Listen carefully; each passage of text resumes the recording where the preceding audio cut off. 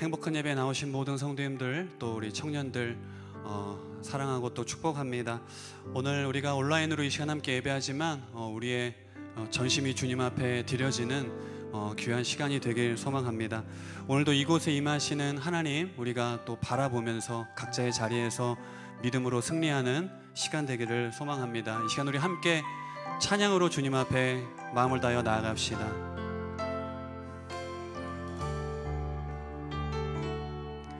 이곳에 임하신 하나님 나라, 가난한 마음으로 바라보리라. 먼저 그 나라 그 뜻 구하며 나의 삶 드리리. 주님이 맡기신 하나님 나라, 믿음의 눈으로 바라보리라. 하늘의 뜻이 이 땅 가운데 완성될 그날까지 믿음 다하여 그 위에 서리라. 하나님의 나라는 무너지지 않으리. 믿음 다하여 그 나라 세워가리라. 주님 곧 오실 때까지. 다시 한번 찬양합니다. 이곳에 임하신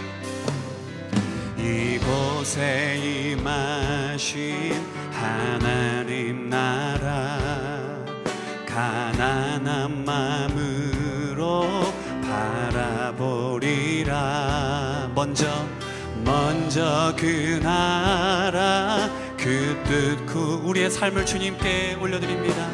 나의 삶 드리리.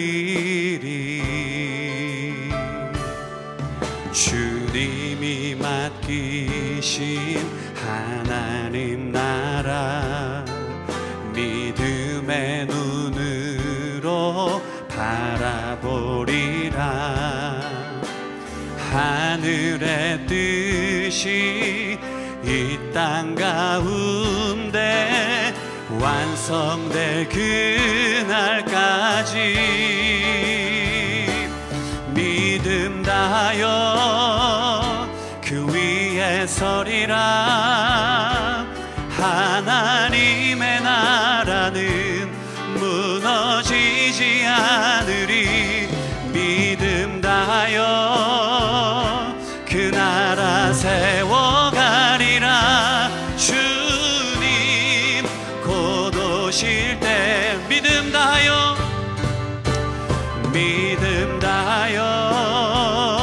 그 위에 서리라. 하나님의 나라는 무너지지 않으리. 주님의 나라를 세워가겠습니다. 세워가리라. 주님, 우리 주님의 팔을 의지하며 고백합시다. 주의 팔에, 주의 팔에, 그 크신 팔에 안기세. 주의 팔에 우리 다시 한번 고백합니다. 주의 팔에, 주님의 팔에 안기세. 아멘. 주의 팔에, 그 크신 팔에 안기세. 주의 팔에, 영원하신 팔에 안기세. 할렐루야. 그 자리에서 주님을 예배하며 경배하며 찬양합니다. 할렐루야. 우리 함께 힘찬 박수로 찬양합니다. 우리가 있는 그곳이 주님을 만나는 귀한 자리임을 고백합니다. 주의 친절한 발에 안기세 우리 맘이 평안하리니 항상 기쁘고 복이 되겠네. 영원하신 발에 안기세 주의 발에 그 크신 발에 안기세 주의 발에 영원하신 발에 안기세. 날이 갈수록 주의 사랑이 두루 광명하게 비치고 전성 가는 길 편히 가리니 영원하신 발에 안기세 주의 발에 영으신 발에 안기세 주의 발에 영원하신 발에 안기세. 할렐루야.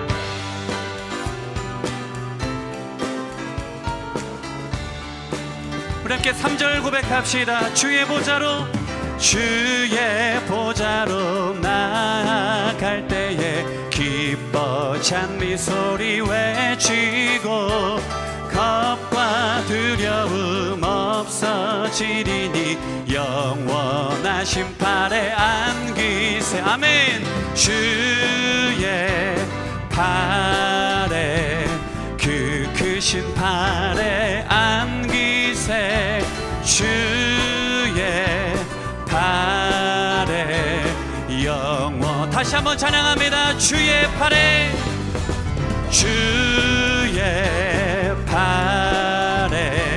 그 크신 발에 안기세 주의 발에 영원하신 발에 안기세. 우리 고백을 받으시는 주님께 우리 감사와 찬양의 고백 올려드립니다. 할렐루야.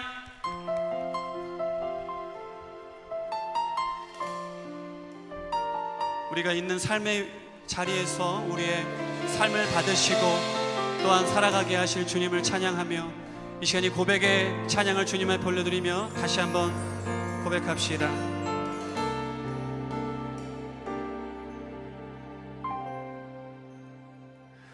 세상의 부와 세상의 명예 세상 자랑 모두 내려놓고 날 구한 십자가 날 씻긴 보혈 주의 은혜를 깊이 생각합니다. 세상의 부와 세상의 명예 세상 자랑 모두 내려놓고 날 구한 십자가 날 씻긴 보혈 주의 은혜를 깊이 생각합니다. 나의 나 된 것 내 모든 것 다 거저 받은 선물 내 삶을 은혜로 가득 채워주셨네. 나의 나 된 것 내 모든 것 다 거저 받은 선물 내 삶을 주신 분께 다시 올려드리니 나는 삶으로 주님을 노래합니다. 나를 통하여 주님만 높임 받으소서. 나는 삶으로 주님을 예배합니다. 나의 삶을 빛으로 사용하소서.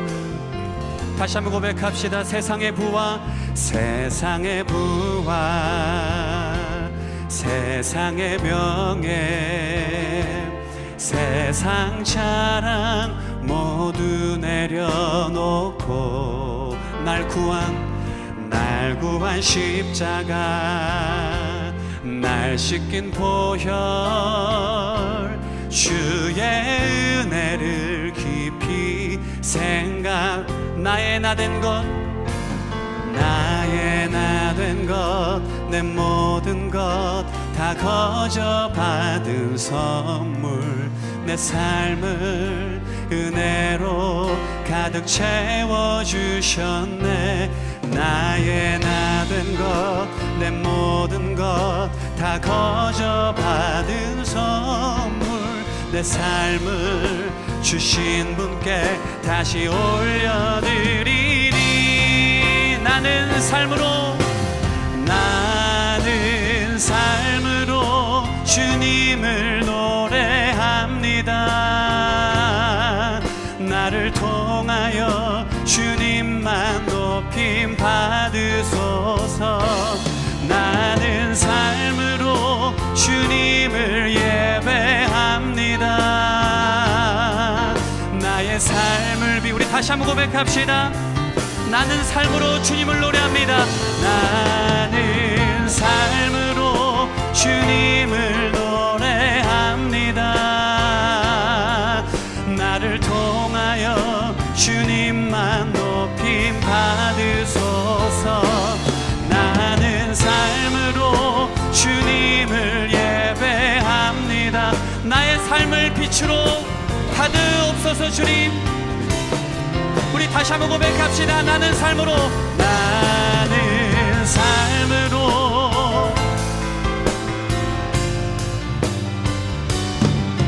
나를 통하여 주님만 높임 받으소서. 나는 삶으로 주님을 예배합니다. 나의 삶을 빛으로 사용. 이 시간 오늘 주여 한번 외치시고 오늘 예배를 위해서 함께 통성으로 기도합니다. 주여 할렐루야. 이 시간 주님의 손으로 우리의 심령을 만져주시고 우리의 삶 가운데 지키시는 주님, 삶으로 주님을 예배하고 말씀으로 선하신 하나님의 은혜를 전달하는 아버지 참된 예배자로 우리의 삶 가운데 속에 인도하여 주시옵소서. 오늘도 주님의 귀한 부르심의 자리 우리를 아버지 초청하셨습니다. 하나님, 오늘 우리의 시간 예배할 때 정말 사단에게 마음 뺏기지 않도록 하시고 오직 주님만을 바라보며 주님 말씀에 귀를 기울이며 하나님이 우리에게 하실 말씀을 통하여 주님의 뜻을 이루어가는 진짜 삶을 살아갈 수 있도록 주님 인도하여 주시옵소서. 우리의 삶 가운데 정말 주님의 필요합니다. 주님을 바라고 주님 반석 위에 서는 굳건한 믿음이 주님 필요합니다. 하나님, 이 어려운 시대를 지나는 이때 우리 청년들과 함께 하여 주시고 하나님 어딜 가든지 주님 불같은 눈으로 지켜주시고 모든 우리 어려움과 아버지 모든 상황들이 주님과 함께 온전히 뚫고 해결해 나아가는 아름다운 주님의 복된 삶을 살아가는 귀한 청년들 또 성도님 될 수 있도록 주님 역사하여 주시옵소서. 주님, 이 시간 주님 바라봅니다. 오 주님,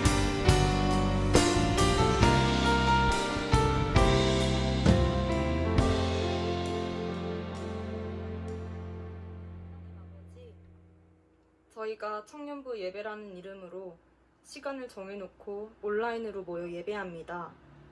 코로나19가 잠잠해지길 바라며 기도했지만 우리의 바람과 현실의 괴리감이 너무나도 크매 안타까운 탄식이 나옵니다. 하나님의 이름을 망령되게 일컫는 자들을 지켜보시는 하나님, 크신 하나님의 뜻을 저희가 다 헤아릴 순 없지만 하나님의 인내하심이 속히 끝나 하나님의 심판하심을 기다립니다. 만물의 주제요 세상의 창조자이신 하나님, 심판의 다른 이름은 사랑인 줄을 믿습니다. 그러니 그리스도인으로서 우리가 하나님 보시기에 합당하게 서 있기를 원합니다. 이 시기에 우리가 무엇을 구하며 기도해야겠습니까? 각자의 마음을 돌이켜보며 중심을 바로 세우겠습니다. 하나님께서 우리를 부르시고 각자의 삶의 자리에 그리스도인으로 세우신 그 이유를 바로 깨달아 하나님의 말씀에 순복하겠습니다. 우리의 예배를 받으시고 삶의 예배를 기뻐 여기신 하나님, 우리가 하나님을 사랑하는 마음과 이웃을 사랑하는 마음을 회복하겠습니다. 그러니 성령 하나님, 우리들에게 옳은 것을 알리시고 갈 바를 알려주옵소서. 저희들이 교회에 모여 직접 헌금하지는 못하지만 다른 방법으로 하나님께 예물 올려드립니다. 하나님께서 저희의 마음을 받으시고 축복 허락해 주실 줄 믿습니다. 현재의 상황과 미래의 모든 일들을 하나님께 의탁하며 예수님의 이름으로 기도합니다. 아멘.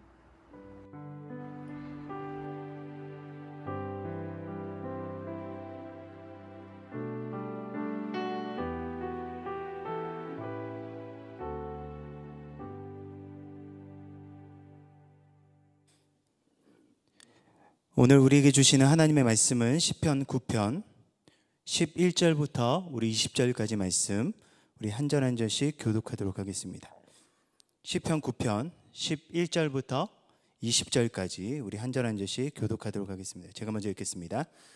너희는 시온에 계신 여호와를 찬송하며 그의 행사를 백성 중에 선포할지어다.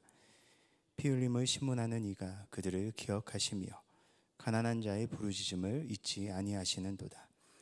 여호와여, 내게 은혜를 베푸소서. 나를 사망의 문에서 일으키시는 주여, 나를 미워하는 자에게서 받는 나의 고통을 보소서. 그리하시면 내가 주의 찬송을 다 전할 것이요 딸 시온의 문에서 주의 구원을 기뻐하리이다. 이방 나라들은 자기가 판 웅덩이에 빠짐이요 자기가 숨긴 그물에 자기 발이 걸렸도다. 여호와께서 자기를 알게 하사 심판을 행하셨으며 악인은 자기가 손으로 행한 일에 스스로 얽혔도다. 악인들이 스올로 돌아가며 하나님을 잊어버린 모든 이방 나라들이 그리하리도다. 항상 잊어버림을 당하지 아니하며 가난한 자들이 영원히 실망하지 아니하리로다. 여호와여, 일어나사 인생으로 승리를 얻지 못하게 하시며 이방 나라들이 주 앞에서 심판을 받게 하소서. 여호와여, 그들을 두렵게 하시며 이방 나라들이 자기는 인생뿐인 줄 알게 하소서. 셀라. 아멘. 자, 우리 오늘 지금 우리 청년부 예배 그리고 행복한 예배는 비대면 온라인 예배로 우리 드려지고 있습니다. 우리 청년들 잘 보고 있나요? 반가워요. 우리 청년들. 이 본당 공간에서 우리 청년들과 함께 예배한 지 시간이 좀 지났는데 오늘 이 자리에 우리 청년들이 없으니까 참 마음이 조금 씁쓸합니다. 오늘 이 시기 우리 모두가 다 믿음으로 기도하면서 은혜 가운데 잘 통과해 나갈 수 있는 우리 모두가 되길 축복합니다. 우리 함께 예배에 참석하고 있는 청년들은 실시간 댓글로 우리 자신의 이름과 그것들을 좀 함께 올려주시면 감사하겠습니다. 우리 시간 좀 몇 가지 좀 광고 사항을 좀 알려드리면요, 우리 계속해서 우리 내 삶의 시편 우리 진행하고 있습니다. 우리 사랑하는 청년들, 우리 계속해서 필사와 묵상 운동 계속해서 진행해 주시고요. 오늘까지 여러분들 그 필사한 것들 제가 받으니까 오늘까지 저에게 문자 주시면 그것에 대한 여러분들에게 상품을 또 지급해 드리도록 하겠습니다. 다음 주도 우리 돌아오는 주도 내 삶의 시편 계속해서 아침 7시에 우리 진행하니 우리 모두가 다 함께 기쁜 마음으로 참석을 했으면 좋겠습니다. 우리 지난주에는 우리 자매들이 좋아하는 우리 드라마 얘기를 좀 나눴는데요. 오늘은 좀 형제들이 좋아하는 좀 축구 얘기를 좀 해보려고 합니다. 아마 이맘때쯤이 되면 아마 많은 형제들이 잠을 자기가 참 쉽지 않은 기간입니다. 왜냐하면 우리 형제들이 좋아하는 챔피언스 리그가 있기 때문입니다. 이제 오늘 밤만 지나면 내일 새벽에 우리 드디어 챔피언스 리그 결승전을 우리 하게 되는데요. 굉장히 이번엔 특별한 팀이 올라왔어요. 참 항상 이제 뭐 그 영국과 그 스페인 리그가 거기 주도권을 잡고 있었지만 이번에는 특별히 조금 이제 그 순위권에서 좀 밀려났다라고 생각하는 독일과 프랑스 리그에 그런 명문팀들이 올라왔습니다. 참 그동안 어떻게 보면 많은 우승을 했었던 그런 명문 클럽들이 줄지어서 떨어지는 그런 참사가 벌어졌는데요. 이것 때문에 참 축구공은 둥글다라는 이야기가 여기서부터 시작되는 것 같습니다. 왜냐하면 공은 둥글기 때문에 정확하게 무언가를 명확하게 예측할 수가 없는 것이 예측할 수가 없기 때문이 아닐까 생각합니다. 아마 그렇기 때문에 축구를 보는 묘미가 바로 거기서부터 나타나는 것 같습니다. 어떤 잘하는 팀, 돈을 많이 쓰는 팀, 그런 팀만 이긴다고 하면 축구가 참 재미없겠죠. 그런데 정말 예측하지 못할 정도로 정말 준비가 잘한 팀, 좀 어떻게 보면 운인지 실력인지 모르지만 그것을 통해 올라오는 그 팀들이 이기는 모습을 볼 때 무언가 짜릿한 쾌감을 느끼게 되는 것 같습니다. 여러분, 그런데 이게 과연 축구만의 문제일까요? 다른 스포츠들도 이런 묘미가 있죠. 그렇지만 이것이 축구나 다른 스포츠들만의 문제겠습니까? 인생 또한 예측할 수 없는 것 같습니다. 언제까지가 될지 모르지만 우리는 지금 코로나 때문에 정말 참 많은 어려운 시기를 통과했습니다. 이제 조금 잠잠해지는 거 아닌가? 라는 생각을 하면서 참 또 다른 계획을 세우고 무언가를 준비하며 나아갔지만 지금 조금만 더 건디면 이 시기를 통과할 수 있을 것 같았는데 너무나 가슴 아프게도 지금 우리는 지금까지 우리가 겪었었던 그 시간들보다 더 안타깝고 힘든 시기를 마주하고 있는 것 같습니다. 그런데 가만 살펴보면 이게 바로 인생이 아닐까 생각합니다. 우리는 끊임없이 무언가를 계획하고 무언가를 바라보지만 언제나 예측할 수 없고 언제나 장담할 수 없고 언제나 무언가 확신할 수 없는 것이 또한 인생이 아닐까 생각합니다. 그렇기 때문에 예측할 수 없는 그 인생 가운데 무엇을 붙들고 살아가느냐가 정말 중요한 것 같습니다. 모든 것을 결정하기 때문입니다. 우리가 방금 읽은 시편 9편은요 바로 다윗의 시편입니다. 보통 다윗의 시라고 이야기하는 시편 9편과 시편은 한 세트로 보기도 하는데요. 시편 9편에는 그 시편 9편에서 다윗은 하나님을 찬양하는 모습이 나타나고요. 시편에는 탄식하는 내용이 가득합니다. 다윗이 지은 모든 시편들이 그렇듯이 시편 9편과 시편 또한 다윗의 믿음과 삶을 그대로 보여주는 것 같습니다. 다윗은 어떤 사람입니까? 이스라엘 역사상 가장 사랑받고 가장 존경받았던 그런 왕이었습니다. 현대에 와서도 이스라엘 사람들은 여전히 다윗과도 같은 왕, 다윗과도 같은 리더십, 그리고 더 나아가서 그들은 다윗과도 같은 메시아를 기다리고 있습니다. 그런데 다윗의 삶이 무엇으로 가득했습니까? 저는 이 시편 9편과 시편에서 나와 있는 가득한 찬양과 가득한 탄식이 바로 다윗의 삶을 그대로 보여주는 것 같습니다. 다윗의 삶은요, 찬양과 탄식, 이 두 가지가 공존한 삶이 바로 다윗의 인생이었습니다. 오늘 다윗이 고백한 이 찬양의 내용을 함께 살펴보면서 예측할 수 없는 삶에서 과연 우리가 진정으로 붙들어야 될 것이 무엇인지 다시 한번 더 살펴볼 수 있었으면 좋겠고요. 우리의 인생이 그렇게 살아가도록 다시 한번 더 결단할 수 있는 귀한 시간 되길 예수님의 이름으로 간절히 축원합니다. 우리 함께 읽었었던 우리 11절 우리 먼저 함께 보도록 할까요? 우리 11절을 함께 보면요, 이렇게 고백하고 있습니다. 너희는 시온에 계신 여호와를 찬송하며 그의 행사를 백성 중에 선포할지어다. 다윗이 가장 먼저 무엇을 선포합니까? 시온에 계신 여호와를 찬송하며 그가 행한 모든 일을 백성 중에서 선포한다라고 이야기합니다. 시온이 어디입니까? 시온은요, 우리 청년 중에 우리 또 제가 사랑하는 우리 이시온 청년이 있는데요. 시온아, 보고 있니? 자, 우리 시온은요, 예루살렘에 있는 언덕입니다. 시온에 계신 여호와라는 표현은요, 상징적인 표현입니다. 하나님께서 시온에만 계십니까? 시온이 있었던 곳은 예루살렘 지역이잖아요. 예루살렘에만 계신 하나님이 아니지 않습니까? 하나님께서는 온 세상 가운데 모든 곳에 함께 하시는 분이 하나님이십니다. 그렇지만 시온에 임하신 그 하나님이라는 이야기는 그 예루살렘 가운데, 시온 가운데 임하신 여호와 하나님, 특별한 섭리와 은혜 가운데 함께 하신 하나님을 상징적으로 표현하는 내용입니다. 시편 9절 1절부터요 10절까지 다윗은 자신의 인생 가운데 겪은 그 하나님을 고백하면서 11절에 와서 그 찬양에 대한 절정으로 고백하는 것입니다. 그 찬양의 절정에서 다윗이 무엇이라고 고백하는 거예요? 우리 가운데 함께 하시며 우리에게 하신 그 모든 놀라운 일들을, 하나님께서 하신 그 놀라운 일들이 찬양받기에 너무나 합당하다라는 그 선포로 하나님 앞에 나아가는 것입니다. 그렇다면 다윗은 이 찬양에 대한 시작을 어떻게 시작할까요?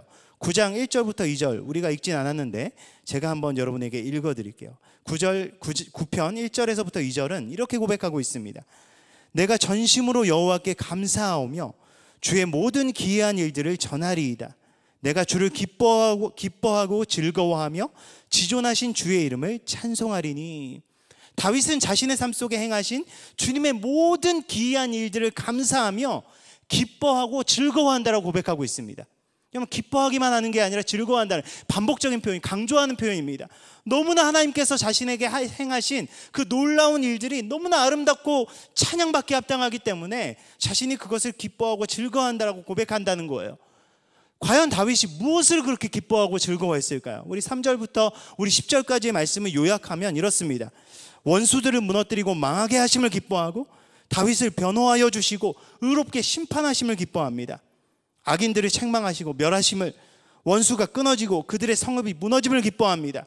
하나님께서 공의와 정의로 심판하심을 기뻐하며 압제당하는 자들에게 요새가 되어주심을, 주를 찾는 자에게 의지가 되어주시고 그를 버리지 않으심을 다윗은 기뻐하고 즐거워한다라고 고백하고 있습니다. 다 무엇입니까? 다윗이 기뻐한 근거가 무엇입니까? 자신이 원하는 것이 이루어져서입니까? 자신이 왕이 되어서입니까? 그토록 오랜 시간 동안 기도하던 것들이 응답받아서 그렇게 고백하는 것입니까? 아닙니다. 오히려 다윗이 고백한 이 내용들을 보면요, 우리가 우리 삶 속에 마주하기 힘들어하는 것들이 눈앞에 있습니다. 원수가 바로 눈앞에 있고요, 억울하게 모함당하는 것이 있고요, 악인들의 강성함을 경험하고요, 악인들의 비웃음과 비난을 받는 상황 속에 다윗이 있었다라는 것입니다. 그런데 그 가운데 다윗이 무엇을 경험합니까? 바로 시온의 은혜를 경험했다라는 것입니다. 바로 그 자리에서 함께 하시는 하나님, 그 자리에서 은혜 베푸시는 하나님, 아무도 자신의 편이 되어주지 않은 그 처절하고 외로운 그 순간 속에서, 그 고독한 그 상황 속에서 자신이 편이 되어주시는 그 하나님의 은혜를 경험했던 것입니다. 다윗의 삶을 한번 잘 살펴보시기 바랍니다. 다윗의 삶이, 다윗이 거한 곳이 항상 시온이었습니까? 다윗이 항상 예루살렘에만 있었습니까? 아닙니다. 다윗이 예루살렘에서 왕으로서 편하게 살았었던 시간이 그 인생의 그 인생의 모든 기록 가운데 여러분 얼마나 됐습니까? 다윗은 그만큼의 시간보다 더한 시간을 전쟁터에서 보내야 됐고요, 때로는 도망치며 보내야 됐고, 때로는 외롭게 광야에 피신하면서 보내기도 했고요, 배신과 모함과 그 아픔을 가지고 절망의 늪에 빠져서 보내기도 했습니다. 그런데 거기서 다윗이 발견한 것이 무엇이었겠습니까? 이렇게 하나님 믿어도 부질없다? 이렇게 열심히 살아야 무슨 소용이 있는가? 내 인생 이럴 때 신앙이고 뭐 다 필요 없어, 하나님 내 편이 되어주시지 않는 것 같아. 여러분 이런 거 경험했을 것 같습니까? 아닙니다. 다윗은 그 가운데 무엇을 경험합니까? 하나님만이 참 하나님이시며 약한 자의 피난처가 되시고 모든 그를 의지하는 자에게 방패가 되어주시는 참되고 은혜로우신 하나님임을 다윗은 그 가운데 경험했다라는 것입니다. 다윗이 있었던 곳이 예루살렘이었기 때문에 그가 찬양할 수 있었던 것이 아니라, 그가 비록 전쟁터 가운데 거한다라고 할지라도, 그가 도망쳐서 그가 있는 곳이 지금 광야라고 할지라도, 그가 전쟁 한복판에서 죽음의 공포를 느낀다라고 할지라도, 사람들이 모함하고 그 배신하는 그 과정 속에서 변함없이 자신과 함께 하시는 그 하나님을 경험하였기 때문에 바로 그 자리가 바로 시온이라고 고백할 수 있었던 것입니다. 누가 찬양할 수 있습니까? 의지가 강한 사람이 찬양할 수 있을까요? 노래 잘하는 사람이 찬양하는 것입니까? 믿음이 좋은 사람이 찬양합니까? 아닙니다. 어떤 사람은 자신이 이루고 싶은 것 이룰 때, 성공한 자리에 올랐을 때 찬양할 수 있겠죠. 그렇지만 그 찬양은 전부가 아닙니다. 그 찬양은 누구나 할 수 있기 때문입니다. 비록 그 자리가 전쟁터라고 할지라도, 그 자리가 비록 절망과 한숨이 가득한다고 할지라도, 바로 그 가운데서 함께 하시는 그 하나님을 경험한 자, 하나님의 깊으신 은혜를 경험한 자가 그 자리에서 하나님을 찬양할 수 있다는 것입니다. 그렇기 때문에 시온은 특정한 장소가 될 수 없습니다. 물론 하나님께서 은혜를 베푸시는 특정한 장소가 있습니다. 하나님께서 복 주시겠다고 약속하신 특별한 장소가 이스라엘에겐 예루살렘이었고 그들의 신앙 안에선 성전이었습니다. 그렇지만 다윗은 어떤가요? 다윗의 신앙은 성전 안에만 머물지 않았다는 것입니다. 물론 다윗은 누구보다 성전을 사랑하는 자였습니다. 누구보다 성전에 나가서 하나님을 예배하고 하나님을 찬양하고 하나님의 말씀을 듣는 것을 누구보다 사랑하는 자였지만, 다윗의 신앙은 성전 안에만 머물지 않았다는 것입니다. 바로 그가 거하는 모든 곳이 하나님이 함께 하시는 하나님의 임재가 나타나는 시온이 되었습니다. 오히려 그가 거한 모든 곳에서 그가 시온을 경험하였기 때문에 그는 성전이나 그의 삶에서 하나님의 마음에 합한 자로 인정함을 받았다라는 것입니다. 그렇기 때문에 지난주에 우리가 함께 나누었었던 시편 1편의 고백처럼 다윗은 하나님 안에서 형통한 삶을 살았던 것입니다. 문제가 해결되고 응답받아서 형통했던 것이 아니라 바로 하나님께서 함께 하셨기 때문에 다윗은 어디에 있든지 무엇을 하든지 그의 삶에 찬양이 가득하였고 하나님께서 기뻐하시는 아름다운 삶의 열매를 맺어갔다라는 것입니다. 그렇기 때문에 하나님께서는 그렇게 하나님을 위해서 몸부림치며 살아가는 그런 다윗의 삶을 하나님께서 인정하시는 그 시냇가에 심으셔서 그의 삶이 마르지 않게 해주셨습니다. 여러분, 우리는 어떻습니까? 우리가 서 있는 그곳에서 우리는 과연 하나님을 경험하고 있습니까? 지금 우리가 서 있는 그곳에서 하나님께서 인정하시는 그 삶을 우리는 과연 살아가고 있습니까? 코로나19로 인해서 예배가 제한된 이 안타까운 시대 속에서 교회에 대한 비판적이고 안 좋은 시선 속에서 세상 사람들이 비난하는 이런 안타까운 현실 속에서 우리는 그 가운데서 함께 하시는 그 하나님을 경험하고 그 하나님을 찬양할 수 있어야 합니다. 바로 우리가 서 있는 곳이 어디이든 바로 그곳이 우리는 시온이 될 수 있어야 합니다. 지금 코로나19가 우리에게 주는 도전이 저는 이것이라고 생각합니다. 그렇기 때문에 코로나19는 우리에게 위기가 아니라 기회가 됩니다. 우리에게 교회가 중요합니다. 우리에게 허락하신 은혜의 장소, 이곳이 너무나 중요합니다. 여러분 어떤가요? 오늘 예배 안 나와 보니 어떻습니까? 여러분 예배가 제한되니 어떻습니까? 참 이곳이 정말 자유롭게 이곳에서 찬양하고 기도하고 마음껏 부르짖을 수 있었던 것이 얼마나 큰 은혜였는지 정말 가슴 깊이 느끼지 않습니까? 매 여름마다 매 겨울마다 여러분 여러 가지 일정 때문에 고민했던 수련회 못 해보니 어떻습니까? 너무나 그립지 않습니까? 너무나 아쉽지 않습니까? 매년 여름 때마다 그렇게 준비하던 선교지를 밟을 수 있었던 것이 얼마나 큰 축복이었는지 새삼 느끼고 있지 않습니까?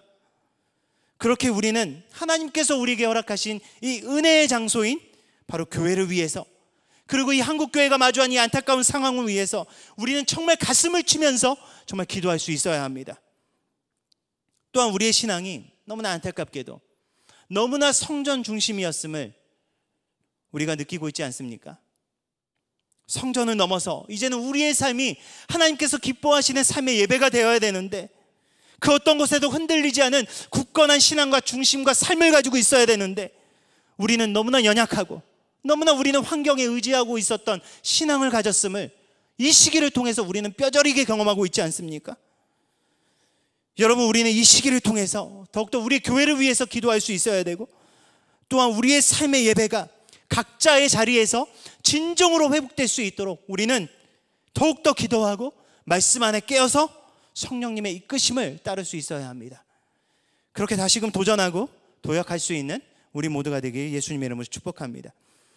그렇게 찬양만 할 수 있는 삶을 살아갈 수 있었다면 얼마나 좋았겠습니까? 함께 하시는 하나님을 경험하고 고백할 수 있는 시간만 가득했다면 아마 다윗의 삶은 누구보다 아름다웠을 것입니다. 우리의 삶도 마찬가지고요. 그런데 하나님의 행하신 그 놀라운 일들을 고백하던 다윗이 뜬금없이 13절에 가서는 이렇게 고백을 합니다. 우리 13절 말씀 우리 다시 한번 더 볼까요? 우리 13절 말씀은 이렇게 고백합니다. 여호와여, 내게 은혜를 베푸소서. 나를 사망의 문에서 일으키시는 주여, 나를 미워하는 자에게서 받는 나의 고통을 보소서.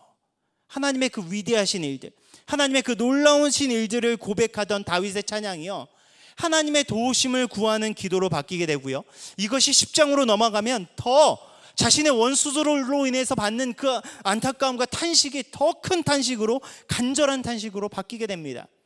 이건 무엇을 의미합니까? 다윗은 함께 하시는 하나님을 경험하고 그 행하신 일들을 찬양하고 고백했지만 그의 삶 가운데 또다시 무엇을 마주한 겁니까?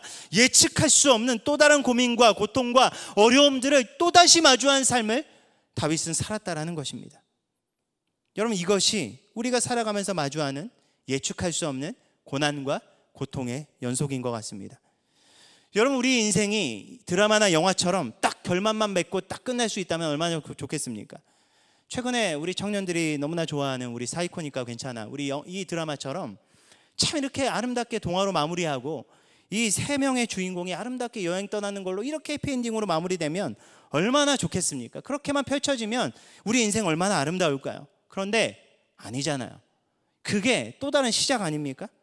이미 경험하지 않았습니까? 우리 고등학교 때 그렇게 기도하고 공부하고 대학 가면 다 해결될 것 같았는데 대학 가니까 어떻습니까? 인생 또 다른 어려움의 시작이죠. 뭐 대학 졸업하면 끝납니까? 뭐 취업하면 끝나나요? 뭐 결혼한다고 끝납니까? 뭐 좋은 사람 만나면 끝납니까? 아닙니다. 인생은 계속해서 시작입니다. 산 넘어 산입니다. 간신히 파도 하나 넘으면 이젠 끝난 것 같고 이젠 내 인생 가운데 어려움 없을 것 같은데 더 큰 파도가 기다리는 것이, 여러분, 그것이 인생 아닙니까? 다윗의 삶이 그랬습니다. 골리앗 하나 잡으면 뭔가 끝날 줄 알았죠. 근데 골리앗이 문제가 아니었어요. 자신의 왕인 사울이 더 큰 파도가 되어서 다윗의 인생 가운데 놓여집니다. 왕이 되면 끝났나요? 아닙니다. 수많은 대적들이 있었고 심지어 자신의 아들까지도 반역해서 자신의 눈앞에 나타나지 않습니까? 그렇게 하나님만 의지하며 끝까지 믿음 지키면서 잘 살 수 있었던 것 같았던 다윗이 어떻게 됩니까? 밧세바에 빠져서 자신의 신앙의 밑바닥을 처절하게 마주하지 않습니까? 어찌 보면 찬양보다 탄식이 더 많았던 것이 다윗의 인생이라고 할 수 있을 정도로 다윗은 어렵고 힘든 인생의 시간을 계속해서 마주했습니다. 이것은 우리가 마주해야 될 인생의 본질이기도 합니다. 코로나19를 지금 우리가 마주했지만 여러분, 이게 끝일까요? 이거 해결된다라고 할지라고 뭐 이게 끝나겠습니까? 더 힘들고 어려운 문제들이 우리 삶 가운데 계속해서 찾아올 수 있습니다. 그런 수도 없이 찾아오는 고비와 어려움 속에서 결국 무엇을 붙드느냐가 모든 것을 결정한다는 것입니다. 여러분, 그렇기 때문에 하나님께서 기뻐하시는 자가 누구이겠습니까? 끝까지 하나님을 붙드는 자입니다. 인생의 고비마다 함께 하시는 하나님을 경험하는 자입니다. 더 깊은 은혜로 들어가서 그 가운데서도 함께 하시며 동행하시는 그 하나님을 경험하는 자입니다. 여러분, 다윗이 그랬습니다. 언제나 상황은 다윗을 절망과 어려움 가운데로 끌어내렸습니다. 더 깊이 하나님을 더 깊이 하나님께 나아갈 수 없을 정도로 상황은 언제나 다윗을 넘어뜨리려고 했고 다윗을 범죄하게까지 인도하기까지 했습니다. 그렇지만 다윗은 그 문제와 절망을 통해서 더 깊이 하나님을 알아갔다는 것입니다. 문제가 문제로 끝나지 않고 죄가 죄로 결론나지 않았습니다. 문제를 통해서 더 깊은 은혜를 경험하고 죄를 통해 더욱더 겸손해지고 하나님께 순종하는 자가 되었습니다. 여러분, 그것이 중요한 것입니다. 여러분, 그렇다면 하나님께서 기뻐하지 않는 자들은 과연 누구이겠습니까? 우리 시편이 끊임없이 보여주는 또 다른 장면이 무엇이냐? 악인들에 대해서 정의한다라는 거예요. 여러분, 지난주는 우리가 악인들에 대해서 정의하는 장면이 또 시편 1편에서는 다르게 나왔었죠. 그렇다면 오늘 이 시편 9편에서는 악인을 어떻게 정의할까요? 우리 16절부터 17절에 나와 있는데요, 우리 다시 한번 더 보도록 하겠습니다. 16절부터 17절은 이렇게 고백합니다. 여호와께서 자기를 알게 하사 심판을 행하셨으며 악인은 자기가 손으로 행한 일에 스스로 얽혔도다. 악인들이 스올로 돌아가며 하나님을 잊어버린 모든 이방 나라들이 그리하리로다. 악인이 누구입니까? 하나님께서 알게 하시며 심판을 보여주심에도 불구하고 하나님을 알려고도 하지 않고 하나님을 잃어버린 자들이, 하나님을 잊어버린 자들이 바로 악인이라고 단정짓고 있습니다. 그들이 어디로 돌아갔다라고 이야기합니까? 스올로 돌아갔다라고 이야기합니다. 스올은 무엇입니까? 죽음입니다. 죽음. 하나님께서 분명히 그 살아계심을 보여주심에도 불구하고 돌이키지 않고 하나님을 두려워하지 않고 끝까지 죽음을 향해 걷는 자들을, 그들을 기다리고 있는 것이 무엇입니까? 결국 심판이라고 이야기하며 그 길을 걷는 자들, 결코 돌이키지 않는 그 자들을 악인이라고 이 오늘 시편 9편 말씀은 정의하는 것입니다. 여러분, 이것은 세상에 믿지 않는 자들에게만 주시는 말씀이 아닙니다. 믿기는 하지만 자신을 알게 하시는 하나님을 똑바로 믿지 않는 자들, 하나님을 잊어버린 모양만 가진 크리스찬에게도 동일하게 주시는 말씀이기도 합니다. 18절에 이렇게 고백합니다. 궁핍한 자가 항상 잊어버림을 당하지 아니하며 가난한 자들이 영원히 실망하지 아니하리로다. 여러분, 오늘 말씀은요, 악인의 반대말이 의인이 아니라 궁핍하고 가난한 자라고 설명하고 있습니다. 악인은 하나님을 의식하지 않고 하나님을 잊어버리고 사망의 길을 걷는 자들이 악인이라면 그 반대되는 삶을 살아가는 자들은 어떤 자들이겠습니까?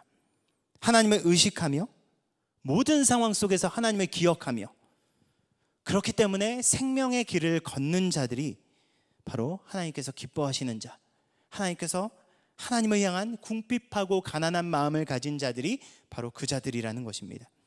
어떤 상황 속에서요? 도저히 하나님을 믿을 수 없고, 도저히 하나님을 바라볼 수 없고, 도저히 생명의 길을 걸을 수 없는 그곳에서, 그 현실 속에서 그 삶을 살아가는 자가 바로 가난한 자요, 궁핍한 자라고 오늘 말씀은 이야기하는 것입니다. 그 자들에게 주시는 축복이 무엇입니까? 하나님께서는 그러한 삶을 살아가는 자들을 잊지 않으시며 그 자들은 영원히 실망하지 않을 것이라고 약속하는 것입니다. 왜요? 하나님께서 끝까지 그들과 함께 하시며 그들의 삶을 붙드실 것이기 때문입니다. 그렇기 때문에 우리는 우리 삶 속에 파도처럼 계속해서 밀려오는 문제와 어려움 속에서 변함없이 하나님을 붙들고 하나님을 바라볼 수 있어야 합니다. 고통 속에 부르짖더라도 하나님 앞에서 탄식해야 됩니다. 세상 말로 불평하고 원망하고 막 욕하고 그래서는 안 된다라는 거예요. 너무나 속상해서 울부짖더라도 하나님께 매달려야 한다는 것입니다. 그때 우리는 우리의 눈물을 거두어 가시며 우리의 탄식을 거두어 가시며 우리의 입술에 찬양이 흐르게 하시는 하나님의 은혜를 경험하게 될 것입니다. 다윗이 그랬습니다. 다윗의 시편을 살펴보면요, 탄식하는 시편이 얼마나 많은지 몰라요. 탄식합니다. 하나님 언제까지 이렇게 그냥 가만히 계시겠습니까? 그렇게 탄식하다가 울부짖고 탄식하다가 그것이 무엇으로 바뀝니까? 찬양으로 바뀝니다. 여러분, 해결되어서가 아닙니다. 응답받아서가 아닙니다. 하나님 앞에 내어놓고 매달리고 기도하며 울부짖다 보니까 그 가운데 함께 하시는 하나님을 경험하는 것입니다. 그 가운데 자신에게 주신 하나님의 은혜가 기억나는 것입니다. 그 가운데 살아서 역사하시는 그 하나님을 다시금 만나는 것입니다. 그렇기 때문에 그의 환경과 그의 문제는 여전히 그의 눈앞에 그대로 있는데 그것을 바라보는 그의 시선과 그의 태도가 완전히 바뀌어졌던 것입니다. 이런 바울과 실라도 그랬습니다. 감옥에서 그들은 기도를 먼저 했습니다. 하나님 앞에 기도하면서, 간절히 기도하면서 하나님 앞에 부르짖을 때 그 감옥 안에서 울리던 그들의 탄식의 기도를 하나님께서 무엇으로 바꾸셨습니까? 찬양으로 바꾸지 않으셨습니까? 바울과 실라가 그곳에서 무엇을 경험한 것입니까? 아무도 있지 않는 것 같은 그곳, 모두가 다 버린 것 같은 그 감옥에서 하나님의 함께 하심을 경험한 것입니다. 여러분, 그렇기 때문에 가난한 심령으로 주님을 붙드는 자를 세상 그 누구도 당해낼 수가 없습니다. 여러분, 누가 끝까지 신앙을 지켜나가겠습니까? 교회에서 신앙생활만 하는 사람은 결코 그 신앙을 지켜갈 수 없습니다. 은사가 많으면 버텨질 수 있을 것 같습니까? 아닙니다. 방언하고 예언 충만하면 됩니까? 아닙니다. 끝까지 주님을 붙들고 그 은혜 안에 살아가려고 몸부림치는 자, 하나님의 은혜를 끊임없이 공급받는 그 자가 끝까지 삶으로 예배하며 살아내게 되어 있다는 것입니다. 마태복음 5장 3절에서 예수님께서는 이렇게 말씀하십니다. 심령이 가난한 자는 복이 있나니 천국이 그들의 것이며. 저는요, 요즘 이 시대 속에서 이 말씀을 묵상하면 묵상할수록 이것만큼 은혜가 되는 게 없는 것 같아요. 심령이 가난한 자가 무엇을 소유하게 될 것이라고 약속하십니까? 천국을 소유하게 될 것이라고 말씀합니다. 가난한 심령으로 끝까지 주님을 붙드는 사람은 바로 다윗처럼 문제가 해결되기 때문이 아니라 함께 하시는 하나님, 변함없는 사랑과 은혜로 함께 하시는 그분을 통해 그 자리에서 시온의 은혜, 바로 그 천국을 경험하게 될 것임을 약속해 주시는 것입니다. 코로나19로 정말 힘든 시기를 통과하고 있는 우리 사랑하는 청년 여러분, 우리의 인생은 마치 항해하는 배와 같습니다. 그 항해 가운데 우리는 수도 없는 예측 불가능한 풍랑을 수도 없이 마주합니다. 우리가 우리 인생에 나는 배의 운전대를 우리가 잡고 있으면 우리가 마주한 풍랑 속에서 우리는 지옥과도 같은 그 현실 속에서 우리는 홀로 싸워야 됩니다. 그러나 우리의 운전대를 이제는 우리 주님께로 내어드리면 함께 하시는 그분을 통해서 우리 눈앞에 있는 폭풍우는 여전할지 모르나 그 가운데 함께 하시며 지키시는 그 은혜 아래 우리는 풍랑 가운데 천국을 경험하는 삶을 살아가게 될 것이라는 것입니다. 이제부터 어떤 삶을 살아가시겠습니까? 당장 오늘부터 시작하는 이 하루 여러분 어떻게 살아가시겠습니까? 다시 시작하는 이 한 주 여러분 어떻게 살아가시겠습니까? 참 복잡하고 어렵고 이해가 되지 않는 현실 속에서 여전히 함께 하시는 그 하나님의 은혜를 붙드시기 바랍니다.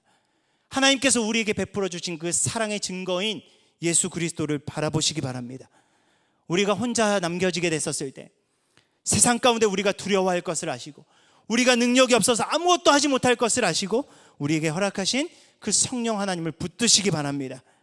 다시금 하나님 없이는, 하나님께서 공급하시는 그 은혜 없이는 살 수 없다는 가난한 마음을 가지고 그분을 붙들며 살아가기에 부족함이 없는 우리 모두가 되길 예수님의 이름으로 간절히 축원합니다. 우리 시간 함께 나눈 말씀을 가지고 좀 다 같이 좀 함께 기도하면서 나아가기 원합니다. 우리 시간 함께 기도하면서 나아갈 때 우리 가운데 하나님을 찾고 의지하는 가난한 마음이 회복될 수 있도록 여러분 자리에서 좀 간절히 기도했으면 좋겠어요. 그래서 모두가 어렵다고 하는 이 시기 가운데 오히려 우리는 주님의 사랑으로 회복되고 더욱더 우리의 신앙과 우리의 마음이 깊어질 수 있도록 각자의 자리에서, 여러분 자리에서 주여 한번 부르고 간절한 마음으로 주님 앞에 기도하면서 나아갑니다. 다 같이 기도합니다. 주여, 살아서 역사하신 하나님, 아버지 정말 이 시기를 우리가 통과하고 있습니다. 아버지 어려운 시기 속에서 아버지 우리가 주님을 바라보게 하여 주시옵소서. 아버지 다윗처럼 아버지 절망을 노래하지만 아버지 그곳에서 함께 하시는 그 하나님을 바라보게 하여 주시옵소서. 아버지 우리의 한숨을 찬양으로 바꾸시는 하나님을 경험하게 하여 주시옵소서. 우리의 눈물을 기쁨의 고백으로 바꾸시는 그 하나님을 경험하게 하여 주시옵소서. 우리 눈앞에 있는 절망적인 환경 속에서 살아계신 하나님을 붙드는 신앙으로 온전히 세워질 수 있는 우리 한 사람 한 사람 될 수 있도록 하나님께서 역사하여 주시옵소서. 아버지 청년들이 통과하기 너무나 힘든 이 시대 속에서 아버지 여전히 살아계시며 우리를 살리시며 우리에게 생동감을 주시며 우리에게 꿈과 열정을 주시는 그 하나님을 다시 한번 더 경험할 수 있도록 하나님께서 인도하여 주시옵소서. 그리하여 눈앞에 보이는 것은 아무것도 없어도 오직 주님 붙들고 아버지 이 세상 살아가기 부족함이 없는 우리 사랑하는 청년들 될 수 있도록 하나님 아버지 주님께서 아버지 붙들어 주시고 하나님 아버지 주님께서 아버지 인도하여 주셔서 아버지 이 삶을 통하여 우리 청년들 한 사람 한 사람의 삶을 통하여 정말 살아계신 하나님이 드러나며 그 하나님과 함께 하심이 드러나며 아버지 우리 청년들의 삶을 통하여 정말 그 청년들이 속한 그곳에서 만나는 모든 사람들이 정말 하나님 살아계시구나, 정말 하나님께서 정말 당신의 삶 가운데 함께 하시는구나 그것을 깨달아 알고 바라보기에 부족함이 없도록 하나님께서 그들과 함께 하여 주시고 아버지 이들의 마음을 붙들어 주시고 이들의 시선을 붙들어 주시고 죄악된 세상에서 아버지 이들의 삶과 이들의 중심과 아버지 이들의 마음이 무너지지 않도록 하나님께서 축복하여 주시옵소서. 하나님 주님께서 아버지 인도하여 주시고 하나님께서 아버지 채워주시고 인도하여 주시사 아버지 정말 하나님께서 기뻐하시는 이들의 삶을 통하여 온전히 영광 받으시며 하나님 앞에 나아가기 부족함이 없는 우리 모두가 될 수 있도록 인도하여 주시옵소서. 우리 함께 우리의 마음을 담아 우리 시간 우리의 삶을 결단하며 주님께 찬양하면서 나아갑니다. 함께 고백합니다. 예수 사랑합니다. 예수 사랑합니다. 사랑합니다.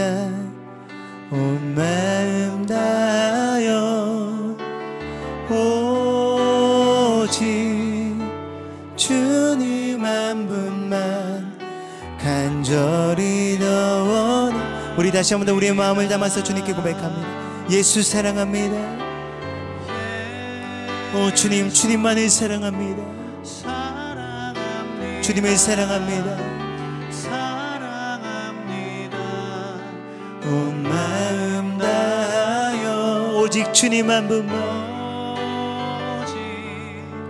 주님 한 분만 간절히 더 원하 고백합니다. 넘쳐나네 넘쳐나네 넘쳐나네 주를 향한 내 속에 갈망이 주님께로 날 이끌어 주소서.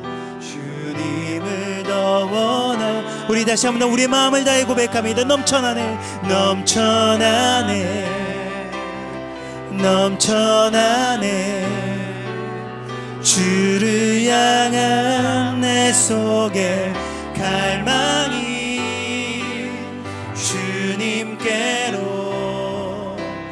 날 이끌어 주소서. 주님을 더 원합니다. 살아계신 하나님, 코로나19가 더욱더 창궐해지는 이 시점에서 오늘 우리가 하나님 앞에 우리가 비대면 예배로 하나님 앞에 나아갑니다.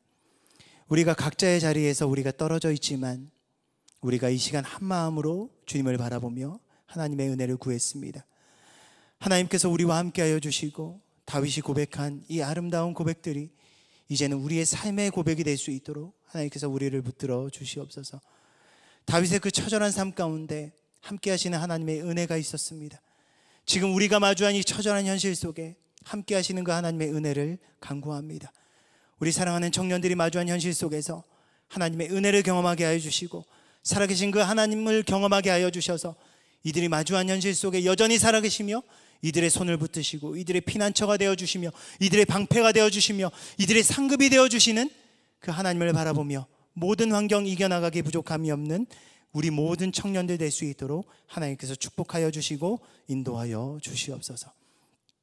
이제는 우리의 선한 목자 되신 예수 그리스도의 은혜와 우리를 극진히 사랑하시며 그 아들을 내어주시기까지 변함없이 사랑하시는 그 하나님의 그 변함없는 사랑하심과 우리를 홀로 버려두지 않으시며 우리와 함께 하시며 우리에게 모든 힘과 능력 공급하시는 성령님의 함께 하심이 오늘 이 시간 다시 한 번 더 결단하면서 우리가 마주하는 우리 인생의 어려움과 고비마다 더욱더 하나님 붙들고 주님을 바라보며 주님께서 주시는 은혜를 공급받고 살아가고자 결단하는 우리 사랑하는 청년들 머리 위에 지금부터 영원까지 함께 하시기를 간절히 축원하옵나이다.